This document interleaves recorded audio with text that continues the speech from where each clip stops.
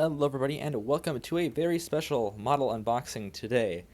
As you can tell by the title, we have hit a milestone in the collection, and so I'm very excited to present to you all the 300th model in the collection. If we go back to my last unboxing of the Delta CRJ900 by Gemini Jets, I really started purchasing that model. That was my 299th model in the collection, and I was working at DG Pilot on that day. So this model is kind of an impulse buy, but I was there at DG Pilot and I figured I should do something special for the 300th model in the collection because it is a milestone after all, and I wouldn't want my 300th model just to be like another random Delta 1 to 400 scale model, because I have a whole bunch of those. I want it to be something a little special. Definitely not a Shapeways custom like my 200th model was, because that's kind of a letdown when your milestone model is just a piece of plastic. I mean, Shapeways are very nice, but not great for if you want to be celebrating milestones with getting a Shapeways or with a Shapeways model. It wasn't even customized at that point.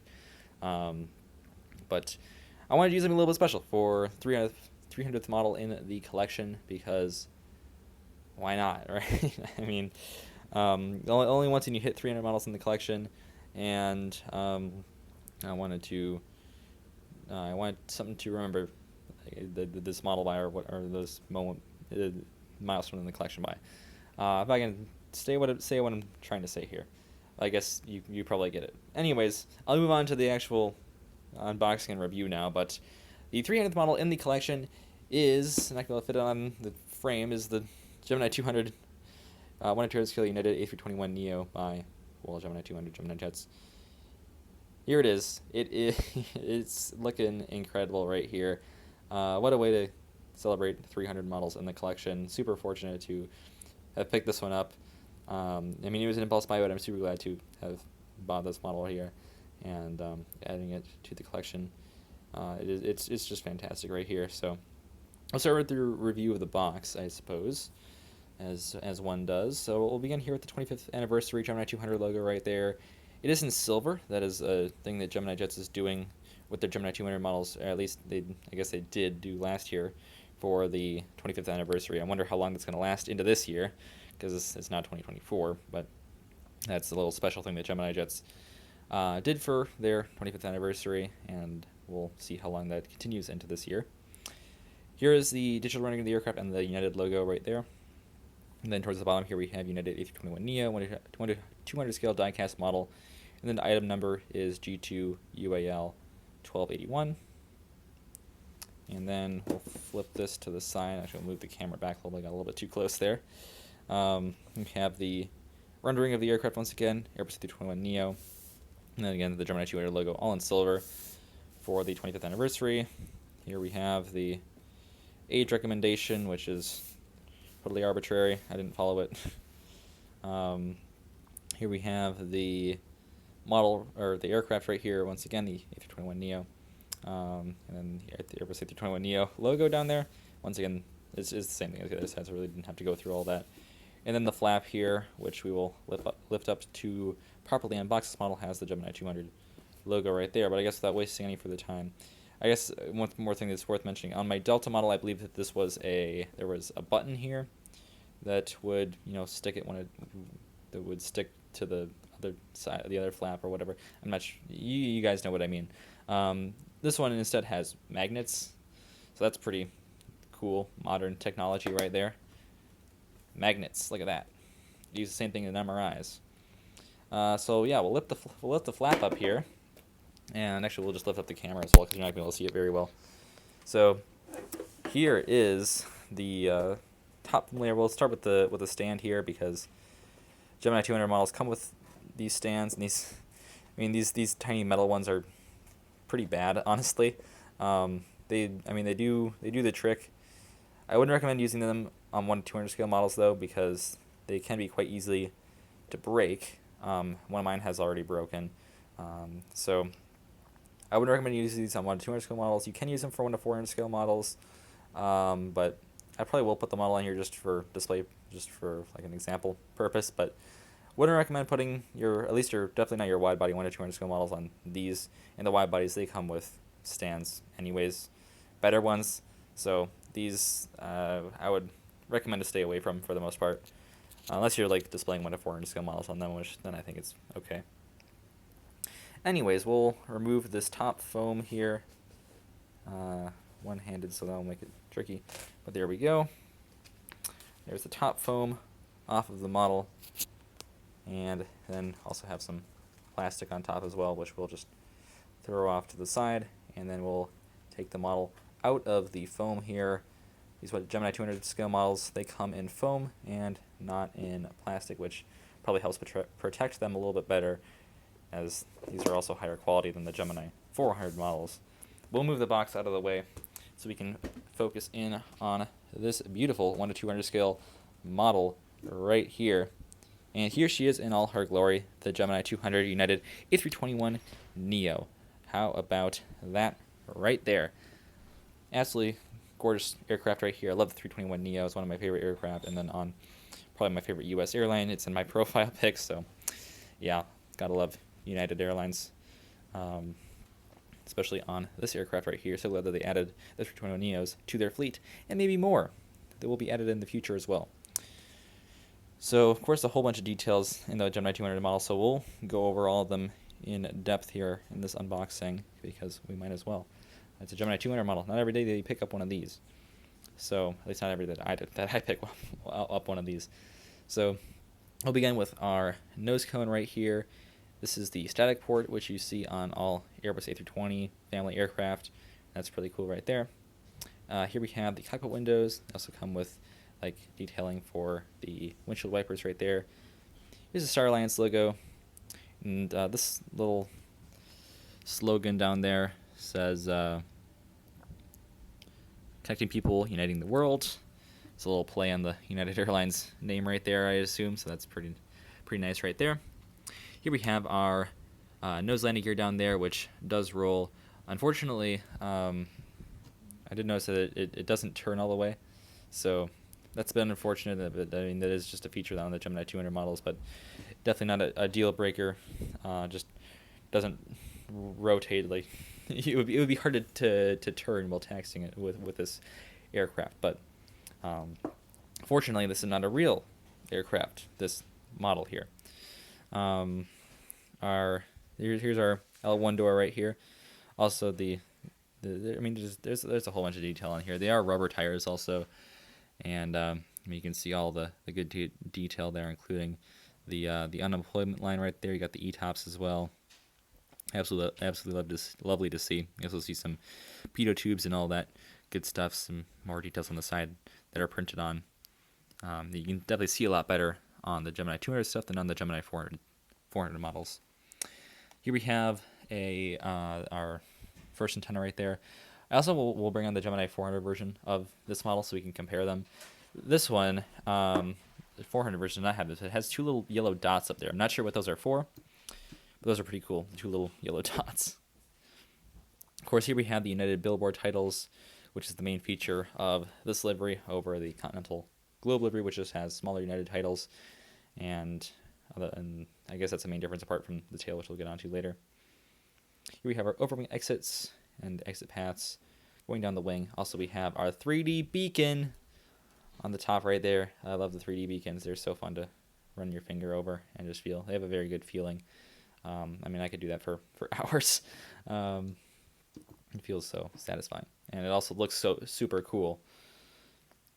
Here we have our engines, of course, which are appropriately sized on the Gemini 200 models, thankfully, because the Gemini 400 ones, the engines are definitely way too big.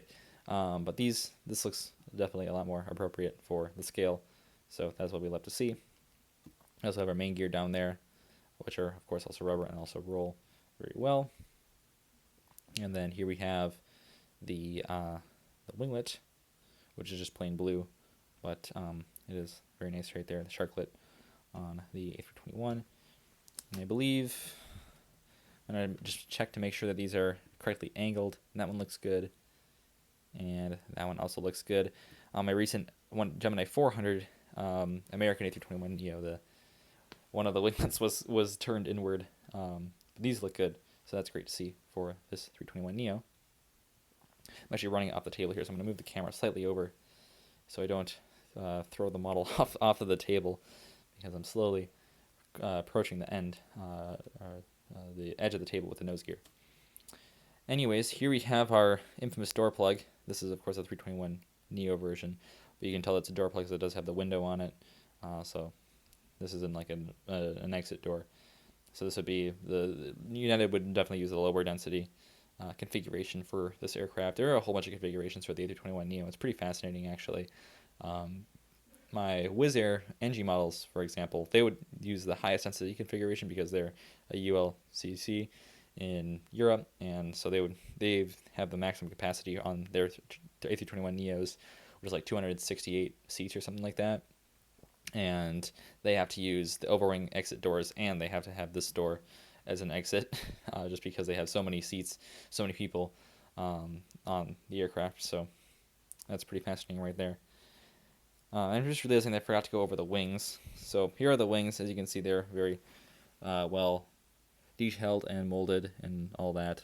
We can see the thing that says "Do not step off of this area" or whatever it says.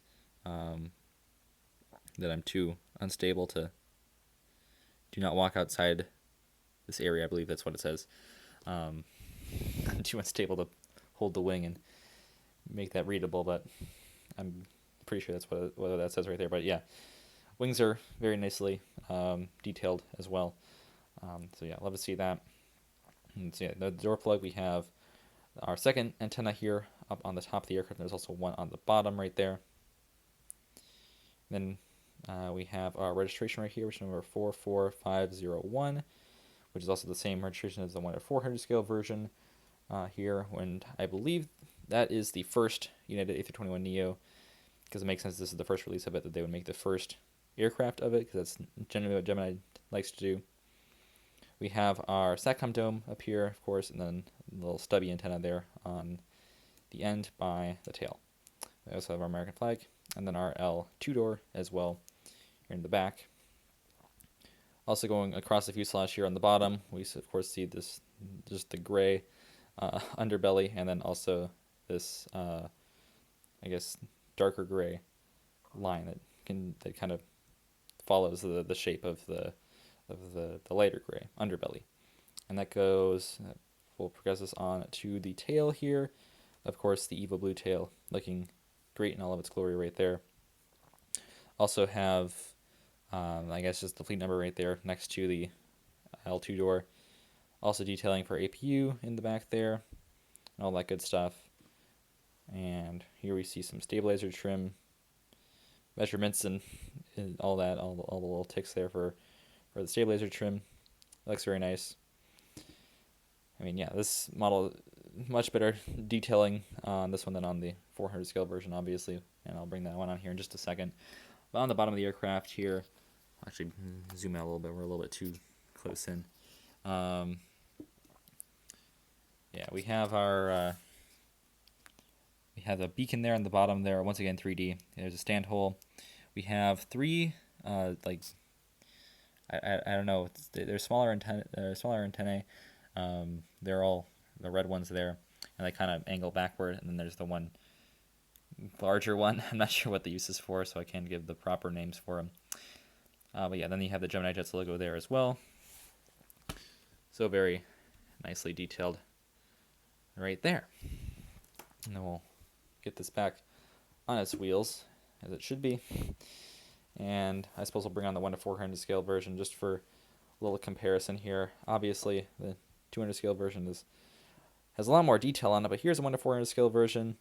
As you can see, it does not have 3D beacon, and does not have the two, or no, actually, no, it does have the two little yellow dots.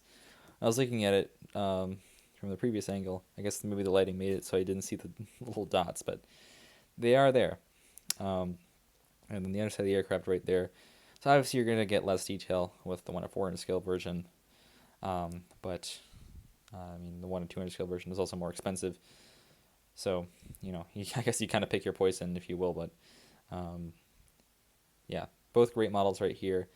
The Gemini 400 version, of course, is what you expect from a Gemini 400 model. It has some issues with it, I guess, mainly being the engines, but Both of these models are very dear to the collection, and great to have both of them here. And super glad to welcome the Gemini 200 version to the collection because, I mean, it's special. It's 300th model, and it is an absolute beauty. As I said, I love the A321neo as an aircraft, and yeah, just had to pick this one up. It just felt special. I definitely want to ride on one, fly on one someday. As I've never flown on a 321neo. Love to fly on Deltas, Uniteds, Spirits, Frontiers. I mean, I love the aircraft, and I tried to get on United's inaugural one, but that idea lasted for about 20 minutes before I realized that would be very unfeasible. But it was definitely an idea, and I still am gonna try to get on one of these days. But it is still a very special aircraft to my heart. But we'll put it on the stand now, and hopefully this doesn't totally cause cataclysm with this brand new aircraft, brand new model here. Airplane model, aircraft model. I'm gonna try to put it in the other this way, because if I try to do it the other way, then that's not gonna end well. Does it not fit?